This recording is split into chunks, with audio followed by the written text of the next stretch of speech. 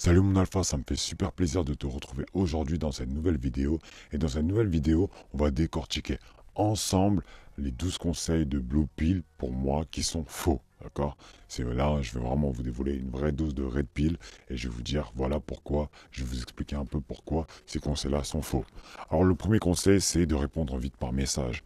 Souvent, vous pouvez voir parfois sur TikTok, vous pouvez voir parfois, il y a des conseils, il y a des espèces de coachs en séduction. Je sais pas, ils sortent d'où ces mecs-là. Ils vous disent, les gars, répondez vite par message, parce que les meufs adorent ça, parce que les femmes adorent ça. La réalité, c'est que c'est faux. Pourquoi c'est faux? Parce que je pense que ça vous est déjà arrivé lorsque vous avez posé une question à une demoiselle ou que vous avez essayé de séduire une demoiselle, et au final, elle vous répond super vite, toutes les secondes. Et en fait, ce qui se passe, c'est que, ok, par période, oui, c'est peut-être intéressant d'avoir une bonne discussion comme ça où ça répond du tac au tac, mais en général, c'est pas bon. Pourquoi? Parce que ça donne l'impression que vous n'êtes pas occupé. En fait, vous avez rien à faire. Vous êtes constamment sur votre téléphone à attendre que quelqu'un vous envoie un message et vous répondez du tac au tac. Ça montre en fait un peu un manque d'ambition, un manque d'occupation. D'accord? Donc il est important de savoir que répondre vite par message ne va pas du tout vous aider et au contraire, plus vous mettez un peu plus de temps, je pense que ça vous est déjà arrivé d'envoyer un message et la personne mettait un peu de temps à répondre et du coup vous pensez un peu à la personne, vous regardez votre téléphone si la personne a répondu ou pas, d'accord? Donc c'est un peu ça l'idée, c'est de se rendre un peu moins disponible, de provoquer un peu de la rareté. Donc arrêtez de répondre vite par message. Et répondre vite par message, c'est toutes les secondes, voire une minute après, d'accord? Prenez un peu plus de temps.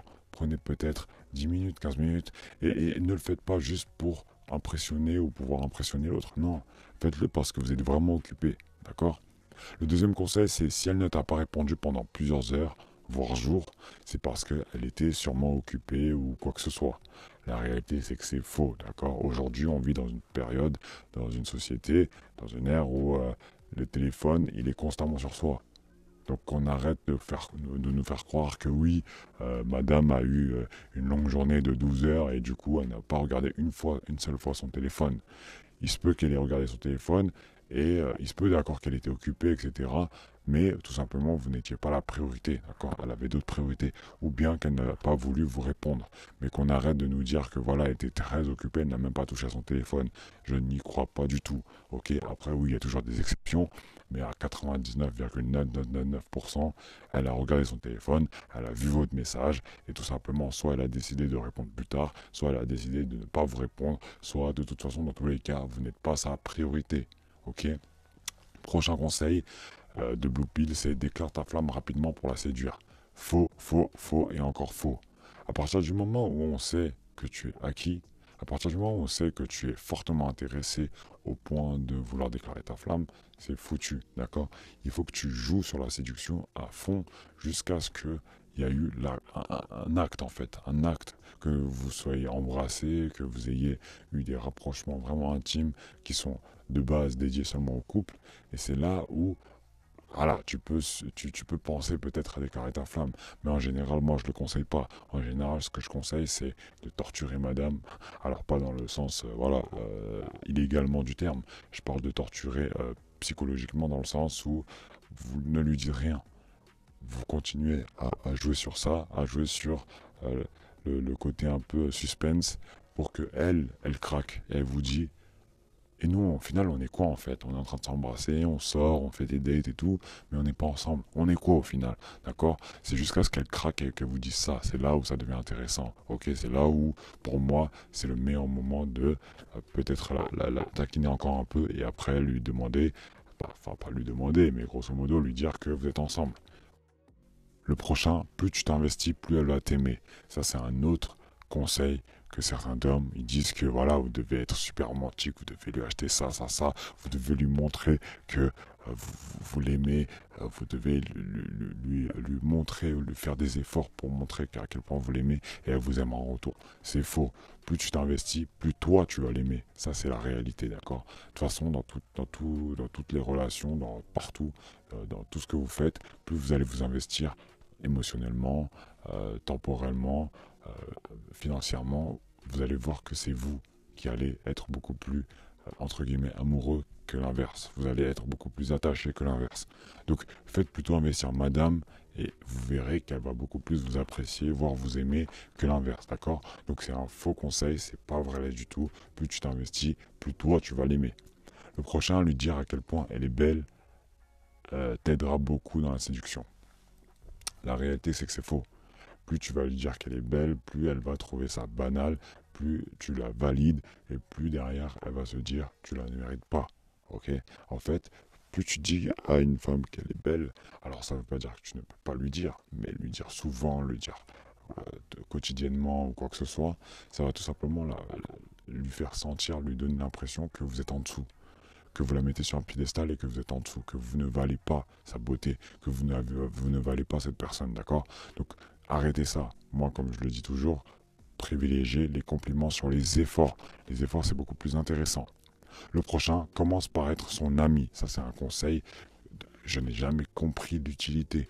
Je n'ai jamais compris l'utilité de commencer par être ami. Pourquoi vous voulez perdre du temps à être son ami alors que vous pouvez tout de suite attaquer pour être grosso modo une cible potentielle, un séducteur potentiel et derrière devenir peut-être son petit copain ou son mari. Mais pourquoi vous voulez passer par la case ami? Ça, je n'ai jamais compris et je n'ai jamais compris les coachs qui donnaient ce conseil-là. Ok, le fait de vouloir devenir ami, vous allez simplement rentrer dans la friend zone. Vous allez juste rentrer dans la friend zone et vous allez rester dans cette friend zone-là. Du coup, non, pas du tout, ok? Le prochain faux conseil, le conseil Blue Pill plutôt, le physique n'est pas important. Qu'on arrête nos conneries, qu'on arrête les conneries. Le physique est ultra important. Mais, en effet, ce n'est pas le plus important. D'accord? Chez un homme, ce n'est pas le plus important. Parce qu'il y a d'autres facteurs qui rentrent en compte. Mais le physique est important. Qu'on arrête les conneries. D'accord? Pourquoi sinon il y aurait autant d'hommes qui sont physiquement beaucoup moins attirants et qui n'ont aucun choix, aucune femme autour d'eux. D'accord? C'est parce que le physique est vraiment important. Pourquoi maintenant les beaux gosses ils ont tellement plus de facilité, ils ont tellement d'abondance? Qu'on arrête de se voiler la face, qu'on arrête de mentir et qu'on arrête de sortir ce conseil de Blue Pill qui est en train de donner de l'espoir à des mecs et à les rendre flemmards. Non, dites-leur que le physique est important. Dites-leur par contre aussi que le physique est capable d'être changé. Dans le sens où, ok, il y a la chirurgie, mais je parle pas de ça. Je parle du fait qu'un homme, vous pouvez augmenter, améliorer votre physique de par votre style vestimentaire, de par votre hygiène, de par votre manière de vous comporter, de par votre attitude, de par votre physique, dans le sens où vous allez à la salle de sport, vous prenez soin, vous construisez du muscle, etc. D'accord? C'est tout cet aspect-là qui aidera votre physique. C'est pas juste le visage, ok? Le prochain conseil Blue Pill, c'est elles aiment les bides. Donc ça revient un peu, vous savez, les dadbods comme on les appelle. Ça revient un peu au conseil précédent. Le physique n'est pas trop important. Voilà, elles aiment les dadbods, elles aiment plus trop les abdos et tout. Bullshit. Cap, cap, cap, cap, cap. D'accord? Elles n'aiment pas les bides. Elles aiment peut-être les bides avec 4-6 appartes. Non, la réalité, c'est qu'elles n'aiment pas les bides. Vous prenez pas simplement pas soin de vous, d'accord? Elles préfèrent tout simplement les mecs avec des abdos. C'est beaucoup plus attirant, ok? Qu'on arrête là. Alors bien sûr, faut pas tout généraliser. Il y a toujours des exceptions, etc. Bref, je vais pas me répéter sur ça, mais qu'on arrête qu'on arrête le mensonge, d'accord? Un mec musclé sera toujours plus attirant qu'un mec skinny fat avec un bod, ok? Le prochain, la taille ne compte pas. Vous avez très bien compris, n'importe quelle taille, ça compte. Que ce soit celui que vous avez entre les cuisses, votre soldat, ou bien la taille en général. Si vous faites 1m20, 1m50, 1m70, 1m80, bref, la taille ça compte. Mais ça ne veut pas dire que c'est le plus important. Comme je vous l'ai répété, ce n'est pas le plus important. Mais ça compte. Ça compte à beaucoup de pourcentage, d'accord? Mais ça ne veut pas tout dire. Vous pouvez faire 1m70, 1m65, ok, vous ne serez pas forcément très grand, d'accord? Ok, maintenant vous voulez faire quoi? Vous voulez vous plaindre ou vous voulez vous améliorer? Du coup, vous allez vous focaliser sur ce que vous pouvez contrôler. Donc vous allez améliorer votre style vestimentaire, vous allez améliorer votre charisme, vous allez améliorer votre confiance en vous, vous allez grind, vous allez construire un gros patrimoine, vous allez faire entrer de l'argent, et là vous allez voir que au final, la taille, ça compte, mais c'est pas le plus important pour certaines personnes. Et tout de suite, vous allez gagner beaucoup plus de points en SMV et que votre taille, en effet, vous n'êtes pas le plus grand, mais vous allez pouvoir vous distinguer de beaucoup de personnes et vous allez peut-être même réussir à gagner entre guillemets, face à un mec qui est beaucoup plus grand que vous. Parce que sur tous les autres points, vous êtes meilleur. Ok, donc focalisez-vous sur ce que vous pouvez contrôler. La taille, vous ne pouvez pas contrôler, c'est naturel, donc on s'en fout. On s'en fout, d'accord? Il n'y a pas le choix là. On va pas commencer à bouder, à pleurer sur ça. Ok? Le prochain, si tu arrêtes de chercher, elle te tombera dessus. Alors, elle désigne l'amour. D'accord? Eh bien, ce conseil, c'est des conneries. D'accord? En effet, il se peut que parfois vous vous dites, ah bon, bah, je suis tombé sur une nana et pourtant, à ce moment-là, je cherchais pas de meuf. Eh bien, tout simplement, vous l'avez rencontrée, vous avez flashé sur elle.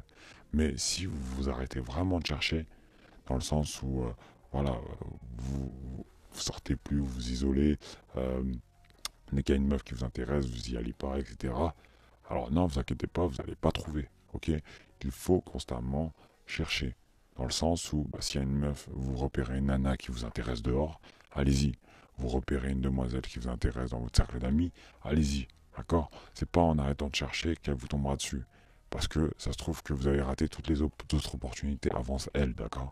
Donc vraiment faites l'effort, allez-y, faites le premier pas, soyez des hommes, prenez le lead, ok?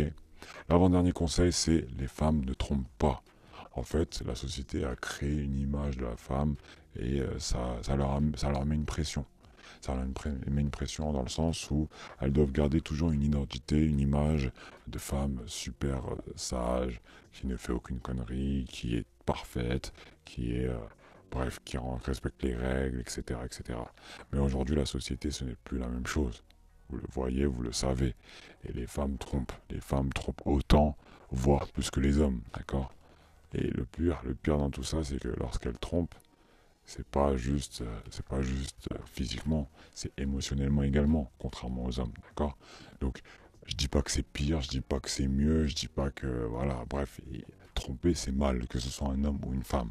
Dans tous les cas, c'est mauvais, d'accord? C'est mal parce que ça veut dire que vous ne vous contrôlez même pas, vous n'avez même pas de principes et valeurs et vous ne contrôlez même pas vos émotions ou vos pulsions, d'accord? Donc, les femmes trompent, d'accord? Et les hommes trompent aussi. Maintenant, les personnes qui trompent, en aucun cas c'est glorieux. En aucun cas c'est quelque chose de gratifiant, d'accord? Au contraire, c'est même, personnellement, si t'es mon pote et tu trompes ta nana, tu me fais pitié.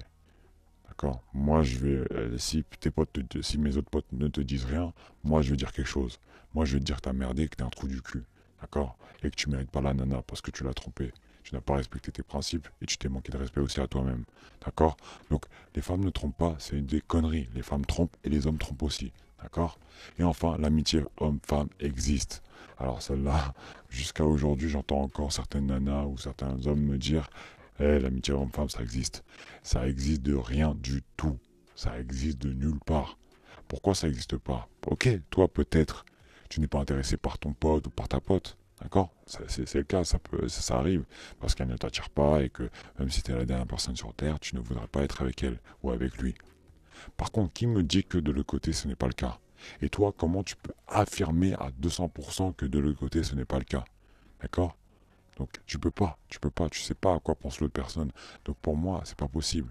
Et puis, on le sait très bien, il y a toujours de l'attirance d'un côté. Ok? Il y a toujours de l'attirance d'un côté. C'est impossible qu'il n'y ait aucune attirance. La seule fois où, très très très très rare, cas exceptionnel, il n'y a aucune attirance, c'est que vous deux, vous êtes vraiment soit très très très horrible et vous êtes vraiment repoussé par l'autre personne et il n'y a aucune chance parce que vous trouvez l'autre personne ultra repoussante et que vous vous dites jamais de la vie, ok, ça peut être une possibilité, mais c'est combien de fois sur Terre, c'est quelle exception sur Terre ça, d'accord? Vous n'allez jamais voir deux personnes qui se trouvent ultra repoussantes et qui ne feront jamais en sorte de, si tout le monde meurt sur Terre, s'il ne reste que deux, qui ne feront pas l'effort d'aller vers l'autre et de trouver au final l'autre personne attirante. Ok? J'espère que cette vidéo t'a plu, mon alpha. Ça faisait un petit moment qu'on n'a pas sorti de vidéo. Là, on est revenu en force et on a sorti une grosse vidéo qui dure un peu plus de 15 minutes. Donc, j'espère que la vidéo t'a plu. En tout cas, nous, on fait un maximum d'efforts et de travail pour vous fournir des conseils, des vidéos de qualité, des formations de qualité. Donc si ça t'intéresse de vraiment atteindre vite le top 1% et de se former rapidement et d'apprendre des choses énormément et d'investir en toi, c'est dans la barre de description. Il y a tout ce qu'il vous faut, il y a tout ce qu'il te faut. Il y a des suggestions, des liens d'affiliation. Il y a également des produits de chez Oralpha qui te permettront de progresser beaucoup plus rapidement. Sur ce, je te dis à la prochaine, mon alpha. Le top 1% est mon alpha.